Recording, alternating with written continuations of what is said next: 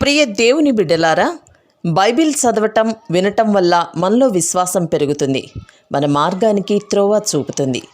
సమస్త జనులను శిష్యులనుగా చేయుడి మత్తయి 28:19 వచనంలో దేవుని వాక్యం తెలియచేస్తోంది. తెలుగు బైబిల్స్ను ఆర్ఆర్కే మూర్తి గారు రీసెర్చ్ చేసి విశ్లేషణ చేసిన బైబిల్లోని ప్రతి అధ్యాయాలను వచనాలను వరుస క్రమంలో అనగా ఆదికాండం నుండి ప్రకటనా గ్రంథం వరకు ఇవ్వబడుతుంది. ప్రతి ఒక్కరూ ఆధ్యాత్మికంగా విశ్వాసంలో బలపడి మీ జీవితంలో ఎదుర్కొంటున్న సమస్యల నుండి విడుదల పొందండి. ప్రతి ఒక్కరూ మీ దీవెన టీవీని సబ్స్క్రైబ్ చేసి ఈ వాక్యాన్ని లైక్ చేసి మీ మిత్రులకు బంధువులకు షేర్ చేయండి. దేవుని సువార్తను ప్రకటింపబడుటలో మీరు పాలిభాగస్తులు కండి. ప్రియ శ్రోతలారా, ద్వితీయోపదేశకాండం 2వ అధ్యాయం ఈరోజు మనం వినబోతున్నాము. 40 సంవత్సరాల అరణ్య ప్రయాణాన్ని గురించిన సమీక్ష ఇందులో ఉన్నది. వీరు కాదేషు బర్నియా నుండి సేయీరుకు వెళ్లారు. ఎక్కడికి వెళ్లారో తెలియదు. అక్కడే గుండ్రంగా తిరుగుతున్నారు. ఈ విధంగా తిరగడం దేవునికి సుతరాము ఇష్టం లేదు. చాలామంది క్రైస్తవులు గానిగెద్దుల్లాగా తిరిగిన గాడిలోనే తిరుగుతున్నారు. రంగుల రాట్నం రాగా గిరగిర తిరుగుతారు. గమ్యమెరుగని ప్రయాణం. ఆదికాండం 36వ అధ్యాయంలో ఏశావు సేయీరు ప్రాంతంలో స్థిరపడిపోయినట్లు చెప్పబడింది. ఏశావు అంటే ఎదోము. యాకోబు జ్యేష్ఠత్వపు హక్కును పొందాడు. అందుచేత అతని సంతతికి వాగ్దత్త భూమి స్వాస్థ్యమైంది. అయితే సేయీరు ప్రాంతం ఏశావుకు ఇవ్వబడింది. ఏశావు స్వాస్థ్యాన్ని ఎవరూ ముట్టటానికి వీల్లేదు. దేవుడు జాతుల మధ్య సరిహద్దు రేఖలు గీచి ఉంచాడు. అపొస్తల కార్యములు 17వ అధ్యాయం 26వ వచనం, యావత్ భూమి మీద కాపురముండడానికి ఆయన ఒకని నుండి ప్రతి జాతి మనుష్యులను సృష్టించి వారు ఒకవేళ దేవుణ్ణి తడవులాడి కనుగొంటారేమో అని తనను వెదకే నిమిత్తం నిర్ణయ కాలములను, నివాస స్థలములను, పొలిమేరలను ఏర్పరిచాడు. ఈ లోకంలో దేశాల మధ్య యుద్ధాలు ఎందుకు జరుగుతున్నాయనుకుంటున్నారు? సరిహద్దు వివాదాలే యుద్ధాలకు మూల కారణాలు.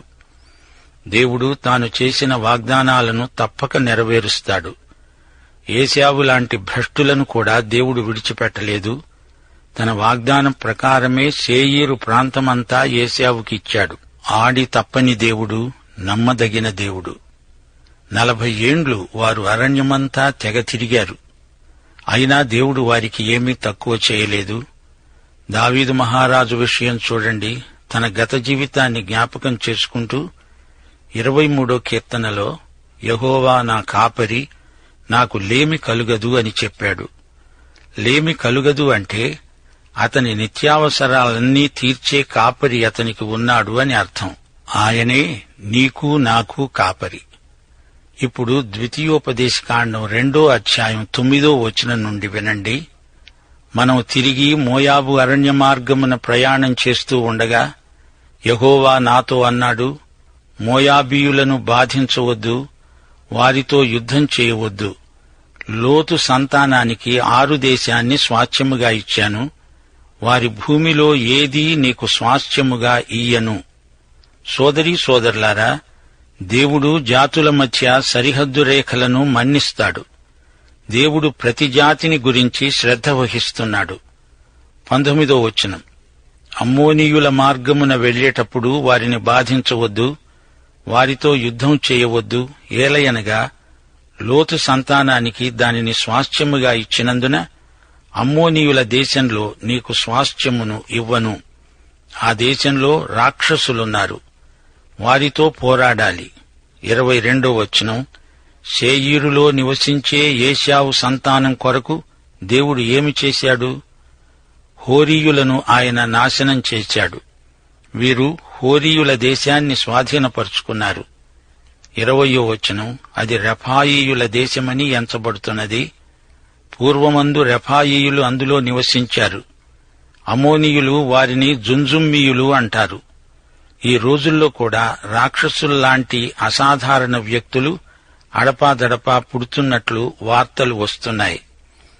8 అడుగుల ఎత్తున్న మనుషులు కూడా ఈ రోజున కనపడుతున్నారు. సోదరీ సోదరులారా, మోయాబు ప్రాంతాన్ని ఇశ్రాయేలీయులు స్వాధీనం చేసుకున్నారు. మొదట అమోరీయులు మోయాబు దేశాన్ని స్వాధీనం చేసుకున్నారు.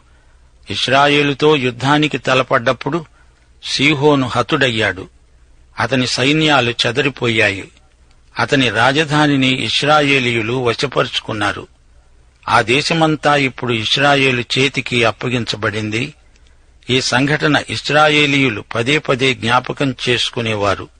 దేవుడు వారితో ఉన్నాడు. దేవుని వాగ్దానాలు నమ్మదగినవి. మన దేవుడైన యెహోవా అన్నిటినీ మనకు అప్పగించాడు. యెహోవా పోకూడదని చెప్పిన ఏ స్థలానికి నీవు వెళ్లలేదు. సోదరీ సోదరులారా, వింటున్నారా? కాదేషు బర్నియా కథను విన్నారా? ఈ అధ్యాయంలో కొన్ని జాతులు పేర్కొనబడ్డాయి. ప్రియ శ్రోతలారా, ఈ ఇశ్రాయేలు ప్రజను దేవుడే నడిపిస్తున్నాడు. అదంతా ఒక గొప్ప సైన్య సమూహం. ఎక్కడ ఆగాలో, ఎవరితో యుద్ధం చెయ్యాలో అంతా దేవుని ఆజ్ఞ ప్రకారమే జరిగింది. ఇశ్రాయేలీయులు తమ పొరుగువారి పట్ల శాంతి సమాధానాలు కలిగి జీవించాలని దేవుడు నేర్పుతున్నాడు. మనం కూడా ఇదే పాఠం చరిత్ర నుండి నేర్చుకోవాలి. ఇతరుల హక్కులను మనం మన్నించాలి. వారికి నీవంటే గిట్టదే అనుకో, అయినా వారి హక్కులను నీవు దొంగిలించకూడదు. అందుకే అపొస్తలుడైన పౌలు ఎఫెసీయులకు ఉత్తరం రాస్తూ అన్నాడు, దినములు చెడ్డవి గనుక మీరు సమయమును పోనివ్వక సద్వినియోగం చేసుకుంటూ అజ్ఞానుల వలె కాక జ్ఞానుల వలె నడుచుకున్నట్లు జాగ్రత్తగా చూసుకోవాలి. మన జీవిత ప్రయాణం సునాయాసంగా హాయిగా జరగాలి. దేవునికి అవిధేయులమైతే అనేక కష్టాలు నష్టాలు వస్తాయి. సోదరీ సోదరులారా, దేవుని ప్రేమను గుర్తించండి, అంగీకరించండి. దేవుని వాక్యాన్ని వినండి, అందలి ఆజ్ఞలను పాటించండి. మీ పరిస్థితులు ఎలా ఉన్నా దేవుణ్ణి మాత్రం హత్తుకొని ఉండాలి. దేవుడు ఇశ్రాయేలుతో అన్నాడు, నీ శత్రువులు నీకు భయపడేటట్లు చేస్తాను. ఇశ్రాయేలు సైన్యం శత్రు సైన్యాలతో పోల్చి చూస్తే అంత గొప్పదేమీ కాదు. కాని దేవుడు వారి పక్షాన ఉన్నాడు. అందుచేత విజయం వారిదే.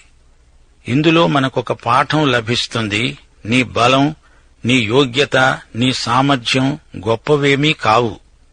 కాని దేవుడు నీతో ఉంటే నీవు గొప్ప కార్యాలు చేయగలుగుతావు. సోదరుడా, సోదరి, నీవు దేవుని పక్షాన ఉన్నావా? దేవుడు నీకు తోడై ఉన్నాడా? మోషే ఎంత గొప్ప నాయకుడో చూచారా? ఒంటరిగా ఇంతటి గొప్ప బాధ్యతను నిర్వహించగలడా? ప్రజల అక్కరలు, వారిలో కలిగే సంఘర్షణలు, వివాదాలు ఎన్నో ఉంటాయి. మోషే నాయకత్వంలో నిగ్గుతేలిన మేధావి. దేవుడిచ్చిన వరాలను, శక్తి సామర్థ్యాలను జాతి ప్రయోజనం దృష్ట్యా ఎలా వినియోగించాలో అతనికి తెలుసు. నాయకులలో ఉండవలసిన లక్షణాలు ఏవో అతడు ఎరుగును. అట్టి యోగ్యతలు గలవారినే తన జతపనివారిగా నియమించుకున్నాడు. నాయకునికి నిజాయితీ ఉండాలి, నిష్పాక్షికమైన మనస్సు ఉండాలి, సౌశీల్య సంపద ఉండి తీరాలి.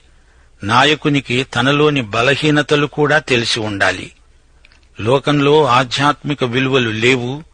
లోకదృష్టిలో నాయకుడంటే అందమైనవాడు, డబ్బున్నవాడు, నలుగురిలో పేరు మోగినవాడు, పై పదవిని చేపట్టి దాన్ని నిలవబెట్టుకోగలవాడు. కాని మోషే ఆధ్యాత్మిక నాయకుడు, మహాసాత్వికుడు. అలాంటి నాయకుల అవసరం ఈనాడు మనకెంతో ఉంది. ప్రియ శ్రోతలారా, జాగ్రత్తగా వినండి. ఇశ్రాయేలీయులు వాగ్దత్త భూమికి బయట ఉన్నారు. అందుకే వీరు తరచుగా అవిధేయులవుతూ వచ్చారు. ఇప్పుడు వాగ్దత్త భూమిలో ప్రవేశిస్తున్నారు. వారి హక్కులు, వారి బాధ్యతలు వారు ఎరుగుదురు. దేవుడు వారిని అన్ని విషయాలలో నడిపిస్తాడు. దేవుడు ఇశ్రాయేలుకు మంచి శిక్షణ ఇచ్చాడు. ధైర్యంగా ముందుకు పదండి అంటున్నాడు. ఆటంకాలున్నాయి, కాని వాటిని అధిగమించాలి. భయం, అనుమానం ఉండకూడదు. యెహోషువ, కాలేబు అనేవారు విశ్వాసంతో ధైర్యంగా ముందుకు సాగిపోదామన్నారు. కాని మిగతా వారు పిరికి మందు నూరిపోశారు. మనం ఎప్పుడూ సవ్యంగా ఆలోచించడం నేర్చుకోవాలి. దేవుని నడుపుదలను, దేవుని వాగ్దానాలను నమ్మాలి. దేవుని కోసం సాహసించాలి. తీర్మానం చేయాలి. విశ్వాసంతో సాగిపోవాలి. వ్యతిరేక శక్తులను దేవుని సాయంతో ఎదిరించాలి. సమస్యలు మీ విజయాన్ని దొంగిలించకూడదు. ప్రియ శ్రోతలారా, వాగ్దత్త భూమిలో రాక్షసులున్నారని ఇశ్రాయేలీయులు భయపడవచ్చా? వారు ఆజానుబాహులట. అయితే మనకే విజయం మనదే. రోమా పత్రిక 8వ అధ్యాయం 37వ వచనం, మనలను ప్రేమించిన వాని ద్వారా మనము వీటన్నిటిలో అత్యధిక విజయము పొందుతున్నాము. అవి ప్రాకారములు గల పట్టణాలట. అయితే మటుకే దేవుని బిడ్డల ఎదుట పాతాళ లోకద్వారములు సైతం నిలువలేవు. సర్వశక్తిమంతుడైన దేవుడు మనకు అత్యధిక విజయం వాగ్దానం చేశాడు. విజయం అంటే విశ్వాసమే. ప్రియ శ్రోతలారా, జయాపజయాలను ఎలా నిర్ణయించగలం? దావీదు రాసిన మొదటి కీర్తన చదవండి. దానికి అనుబంధంగా మత్తయి సువార్త 5వ అధ్యాయం చదవండి. ఈ 2 వాక్య భాగాలు క్రైస్తవ విజయ రహస్యాన్ని మనకు బయలుపరుస్తాయి. లోకపు అంచనాలో పదవి, ధనం, అంతస్తు, విలాసం ఇవన్నీ విజయ లక్షణాలని భ్రమిస్తున్నారు. సోదరీ సోదరులారా, మోసపోకండి. విశ్వాసి అవటమంటే ధనధాన్యాలు ఉండడం అనుకోకండి. ద్వితీయోపదేశకాండం 29వ అధ్యాయం 9వ వచనం, మీరు చేసేదంతా చక్కగా జరుగునట్లు ఈ నిబంధన వాక్యములను అనుసరించి నడుచుకోవాలి. మొదటి దినవృత్తాంతములు 22వ అధ్యాయం 13వ వచనం, యెహోవా ఇశ్రాయేలీయులను గూర్చి మోషేకు ఇచ్చిన కట్టడల ప్రకారముగాను ఆయన తీర్చిన తీర్పుల ప్రకారంగాను జరుపుకొనుటకు నీవు జాగ్రత్తపడిన ఎడల నీవు వృద్ధి పొందుతావు. ధైర్యం తెచ్చుకొని బలముగా ఉండు, భయపడకు, దిగులు పడకు. ద్వితీయోపదేశకాండం 3వ అధ్యాయం వినబోతున్నాం. ఈ అధ్యాయంలో బాషాను యుద్ధం, భూముల పంపిణీ, మోషే చిట్టచివరి ప్రార్థన, అతని జీవితంలోని చివరి ఘడియలు మొదలైన అంశాలు వినండి. సోదరీ సోదరులారా, అమోరీయుల రాజును ఇశ్రాయేలీయులు ఓడించారు. దేవుడు వీరికి మరొక ఘన విజయం ప్రసాదించాడు. వీరికిప్పుడు ఎంతో ధైర్యం వచ్చింది. ఓగు అనేవాడు అమోరీయ రాజు. అతని వ్యక్తిత్వం భయంకరమైనది. అతని రాజ్యం బలమైనది. అతని కింద 60 పెద్ద పట్టణాలున్నాయి. అయినా ఇశ్రాయేలీయులు జయించారు. వీరి విజయ రహస్యం ఏమిటి? దేవుడే వీరి పక్షాన పోరాడాడు గనుకనే వారు రాక్షసులను జయించారు. పట్టణాలను పట్టుకున్నారు. శత్రువులను హతమార్చారు. సోదరీ సోదరులారా, మీరు కూడా ఆధ్యాత్మిక పోరాటంలో గెలవాలంటే యెహోషువ 1వ అధ్యాయం 7 నుండి 9వ వచనం వరకు వినండి. దేవుడు చెప్పినట్లే చేయండి. నీవు నిబ్బరము గలిగి జాగ్రత్తపడి బహుధైర్యముగా నుండి ధర్మశాస్త్రమంతటి చొప్పున చెయ్యాలి. నీవు నడిచే ప్రతి మార్గమున చక్కగా ప్రవర్తించేటట్లు నీవు దాని నుండి కుడికి గాని ఎడమకు గాని తొలగకూడదు.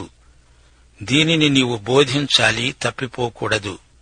దివారాత్రము దానిని ధ్యానించాలి. అప్పుడు నీ మార్గం వర్ధిల్లుతుంది. నీవు చక్కగా ప్రవర్తిస్తావు. నీవు నడిచే మార్గమంతటిలో నీ దేవుడైన యెహోవా నీకు తోడై ఉంటాడు. ఓగు వ్యక్తిత్వం ఎలాంటిదో చూచారా? అతడు ఆజానుబాహుడు. అతని మంచం కొలతలు ఇవ్వబడినాయి.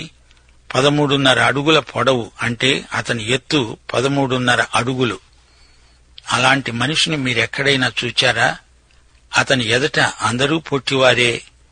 అది మామూలు మానవ శరీరం కాదు. అతడు రాక్షసుడు. ఓగు రాజ్యాన్ని స్వాధీనం చేసుకుని ఆ భూభాగమంతటిని రూబేను, గాదు, మనష్షే అర్ధగోత్రానికి పంచిపెట్టాడు మోషే. వీరు యొర్దాను నదికి తూర్పు దిశగా స్థిరపడిపోదామని కోరుకున్నారు. అయితే పడమటి దిక్కున వీరి సోదరులకు సాయం చెయ్యాలి. అంతవరకు వీరు తమ కుటుంబాలతో ఉండడానికి వీల్లేదు. మోషే తన వ్యక్తిగత అనుభవాలను పంచుకుంటున్నాడు. మోషే వాగ్దత్త భూమిలో ప్రవేశించడు అని దేవుడు ఖండితంగా చెబుతున్నాడు. దేవుడు నమ్మకమైన తండ్రి, ఆడిన మాట తప్పనివాడు. దేవుడన్నాడు, మోషే, ఇక ఆ సంగతి ఎత్తవద్దు. నీవు వాగ్దత్త భూమిలోకి వెళ్ళవంటే వెళ్ళవు. మోషే ప్రాధేయపడి అడుగుతున్నాడు, దేవా, 40 సంవత్సరాలు ఆ దేశాన్ని గురించి కలలు కన్నాను. అందులో ప్రవేశించాలని ఎంతో ఆశించాను. కాని నన్ను అందులో అడుగు పెట్టవద్దు అంటున్నావు అంటూ మోషే గోజాడాడు. మనకిందులో ఒక గొప్ప పాఠం ఉన్నది. పాపం చేసినవాడు పశ్చాత్తాపం చెందినప్పటికీ దాని వలన వచ్చే ఫలితాలు మనకు ఇష్టం ఉన్నా లేకపోయినా మనలను వదలవు. మోషే ఆ నవతరానికి గొప్ప సందేశమందించాడు. ఇప్పుడు వారికి నాయకుడు యెహోషువ, మోషే కాదు. మోషే ఇక ఉండడు. దేవుడు తనకు అప్పగించిన పని అయిపోయింది. ఇక తను వెళ్లిపోతాడు. ప్రియ శ్రోతలారా, మోషే జీవితాన్ని మీరు జాగ్రత్తగా పరిశీలిస్తే ఎన్నెన్నో పాఠాలు నేర్చుకోగలుగుతారు. ఇశ్రాయేలీయులు ఈ అధ్యాయంలో విచిత్రమైన అనుభవాలెన్నో పొందారు. రాజైన ఓగును ఎదిరించారు, జయించారు. దేవుడు వారి పక్షాన ఉన్నాడు. సమస్యలు ఎంత తీవ్రమైనా దేవుడు వారిని కాపాడుతాడు. ఎన్ని అవరోధాలు వచ్చినా దేవుడు గట్టెక్కిస్తాడు. దేవుడు సర్వశక్తిమంతుడు, సార్వభౌముడు. దేవుడు తన వాగ్దానాలను మరచిపోడు. దేవుడు మాట ఇచ్చి వెనుక తీయడు. దేవుడు మనకు అభయమిస్తున్నాడు. మోషేకు తోడై ఉన్న దేవుడు యెహోషువకు తోడై ఉన్నాడు. దేవుడు వాగ్దత్త భూమినిచ్చాడు గాని దాన్ని స్వాధీనపరుచుకొనడానికి యుద్ధం చెయ్యాలి. ప్రతి యుద్ధంలో దేవుడు సహాయపడుతూనే ఉన్నాడు. క్రైస్తవ జీవితమే ఒక పోరాటం. శోధనలను జయించడం ఒక పోరాటమే. భయం, నిరుత్సాహం అనేవి మనకు ప్రబల శత్రువులు. మనం దేవునికి విధేయులమై ఉన్నంతకాలం విజయం మనదే.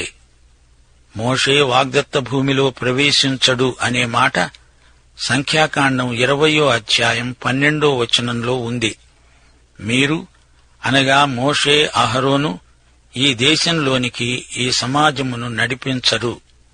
అందుకే దేవుడు యెహోషువను లేపాడు. అతడు కొత్త నాయకుడు. మోషే నుండి ఈ బాధ్యతలను స్వీకరించాడు. మోషే ఇచ్చాడు, యెహోషువ పుచ్చుకున్నాడు. దేవుడు ఇప్పించాడు. ఈ రోజున సంఘాలలో ఇది లోపించింది. ఒక నాయకుడు మరొకరికి బాధ్యతలు సంతోషంగా, కృపాసహితంగా అప్పగించలేకపోతున్నారు. మంచి నాయకులు తమ తరువాత తరానికి నాయకులను సిద్ధపరుస్తారు. వారికి మంచి శిక్షణ ఇస్తారు, వారిని ప్రోత్సహిస్తారు. 2 తిమోతి 2వ అధ్యాయం 2వ వచనంలో పౌలు తిమోతితో ఏమంటున్నాడో వినండి. నీవు అనేక సాక్షుల ఎదుట నా వలన వినిన సంగతులను ఇతరులకు బోధించటానికి సామర్థ్యము గల నమ్మకమైన మనుష్యులకు అప్పగించు. పౌలు మాటల్లోని భావం ఇదే. ఓ తిమోతి, నేను నీకు ఈ బాధ్యతలను ఎలాగ అప్పగించానో నీవు అలాగే నీ తరువాత తరానికి అప్పగించాలి. ప్రతి పౌలు ఒక తిమోతిని సిద్ధపరచాలి. ప్రతి మోషే ఒక యెహోషువను సిద్ధం చెయ్యాలి. అది దేవుని విధానం. అదే క్రైస్తవ నాయకత్వం. ప్రియ సోదరీ సోదరులారా, ఈ 3వ అధ్యాయంలో మనం నేర్చుకున్న పాఠాలు మరువరానివి. ఓగు అనే దుర్మార్గుడు హతమైపోయాడు. ఇతడు రాక్షసుడు. దేవుడు ఎందుకు మోషేను వాగ్దత్త భూమిలోకి వెళ్లనివ్వలేదు? ఎందుకనగా మోషే రెండోసారి రాతిని కొట్టాడు. అలా కొట్టకూడదు. దేవుడు లోకమంతటికీ, ఇశ్రాయేలు జాతికి ప్రవచన సంకేతంగా ఆ రాతిని పేర్కొన్నాడు. ఆ రాయి క్రీస్తే. క్రీస్తు ఒకసారి సిలువ వేయబడ్డాడు. లోక పాపం నిమిత్తం ఒకేసారి ఆయన సిలువ వేయబడడం జరిగింది. రెండోసారి మోషే రాతిని కొట్టినప్పుడు ఆయనను రెండోసారి సిలువ వేసి అవమానపరిచినట్లు అర్థం వస్తుంది. దీనిని బట్టి దేవునికి కోపం రావడం సమంజసమే. హెబ్రీ పత్రిక 4వ అధ్యాయం 6 నుండి 9వ వచనం వరకు, అలాగే 10వ అధ్యాయం 26 నుండి 29వ వచనం వరకు మనము సత్యమును గూర్చి అనుభవ జ్ఞానము పొందిన తరువాత బుద్ధిపూర్వకముగా పాపము చేసిన ఎడల పాపములకు బలి ఇక ఉండదు. కాని న్యాయపు తీర్పునకు భయముతో ఎదురుచూచుట విరోధులను దహించబోయే తీక్షణమైన అగ్ని ఇక ఉంటాయి. ఎవడైనను మోషే ధర్మశాస్త్రమును నిరాకరిస్తే 2-3 సాక్షుల మాట మీద కనికరించకుండా వానిని చంపిస్తారు. ఇట్లుండగా దేవుని కుమారుణ్ణి పాదములతో త్రొక్కి తాను పరిశుద్ధపరచబడుటకు సాధనమైన నిబంధన రక్తమును అపవిత్రమైనదిగా ఎంచి కృపకు మూలమైన ఆత్మను తిరస్కరించినవాడు ఎంత ఎక్కువైన దండనకు పాత్రుడుగా ఎంచబడతాడని మీకు తోస్తోంది. మోషేను ఈ విధంగా దేవుడు శిక్షించడం ద్వారా అనేక మందికి గుణపాఠం నేర్పుతున్నాడు. మోషే చేసిన తప్పు తరతరాల సత్యానికి వ్యతిరేకంగా జరిగింది. సోదరీ సోదరులారా, మోషే ప్రార్థనకు జవాబు వచ్చిందా రాలేదా? మీకేమనిపిస్తోంది? కొందరంటారు, విశ్వాసులు చేసే ప్రతి ప్రార్థనకు అవును అని జవాబు వస్తుంది. అది నిజం కాదు. దేవుడు కాదు అని చెప్పినా అది ప్రార్థన జవాబే అంటారు.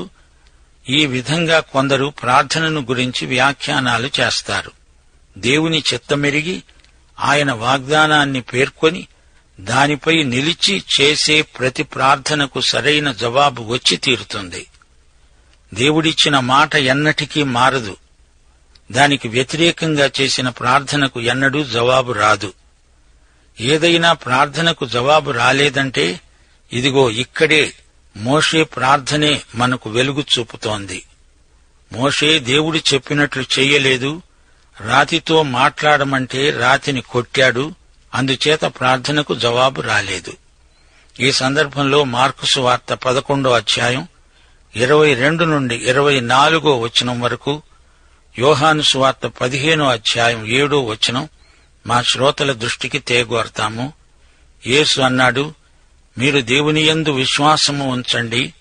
ఎవడైనా ఈ కొండను చూచి నీవు ఎత్తబడి సముద్రంలో పడవేయబడమని చెప్పి తన మనస్సులో సందేహింపక తాను చెప్పినది జరుగుతుందని నమ్మిన ఎడల వాడు చెప్పినది జరుగుతుందని మీతో నిశ్చయముగా చెబుతున్నాను.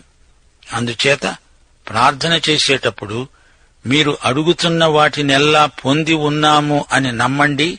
అప్పుడు అవి మీకు కలుగుతాయి. యేసు ప్రభువు మరొక సందర్భంలో అన్నాడు, నా యందు మీరు మీ యందు నా మాటలు నిలిచి ఉన్న ఎడల మీకేది ఇష్టమో అడగండి, అది మీకు అనుగ్రహించబడుతుంది. ప్రియ శ్రోతలు, చూచారా? ప్రార్థనలకు జవాబు ఇచ్చే దేవుడు మన దేవుడు. వ్యక్తిగతంగా ఆలోచించండి. అసలు ప్రార్థన ఎలా చెయ్యాలో దేవుడే మనకు నేర్పాలి. యేసు ప్రభువు ఒక మాదిరి ప్రార్థన మనకు నేర్పాడు. ఇది ప్రార్థన కాదు, ప్రార్థన మాదిరి. అందులోని ప్రతి మాటను తీసుకొని దానిని ఇంకా పొడిగించండి. మీ హృదయాన్ని అందులోకి కృమ్మరించండి. అది దేవునికి ఇష్టమైన ప్రార్థన అవుతుంది. 2 కొరింథీ 12వ అధ్యాయం 7 నుండి 9వ వచనం వరకు పౌలు 3 సార్లు ప్రార్థించాడు. తన శరీరంలోని ముళ్ళును తీసివేయవలసిందని వేడుకున్నాడు. గాని దేవుడు తీసివేయలేదు. దేవుడన్నాడు, నా కృప నీకు చాలు. ఈ అనుభవాన్ని బట్టి మోషేలాగే పౌలు ప్రార్థన సత్యాన్ని నేర్చుకున్నాడు. మోషే, నిన్ను వాగ్దత్త భూమిలోకి వెళ్లనీయను, నా కృప నీకు చాలును అన్నాడు దేవుడు. సోదరీ సోదరులారా, ప్రార్థనకు జవాబు అనగా దేవుని కృపను పొందటమే. ఈ సత్యాన్ని గ్రహిస్తే మీ ప్రార్థన జీవితంలోకి ఉజ్జీవం వస్తుంది. ప్రార్థన ద్వారా దేవుని స్పర్శను అనుభవిస్తాము. ప్రార్థనను మన అంచనాలకు పరిమితం చేయకూడదు. సజీవ దేవునితో సంబంధ సహవాసాలు కొనసాగాలంటే ప్రార్థనే ఏకైక మార్గం. 1 తెస్సలోని పత్రిక 5వ అధ్యాయం 17వ వచనంలో ఎడతెగక ప్రార్థించవలసిందని పౌలు కోరుతున్నాడు. పాఠం సమాప్తం. యేసుక్రీస్తు యొక్క కృప మనకందరికీ నిత్యత్వం వరకు తోడై ఉండునుగాక. ఆమేన్.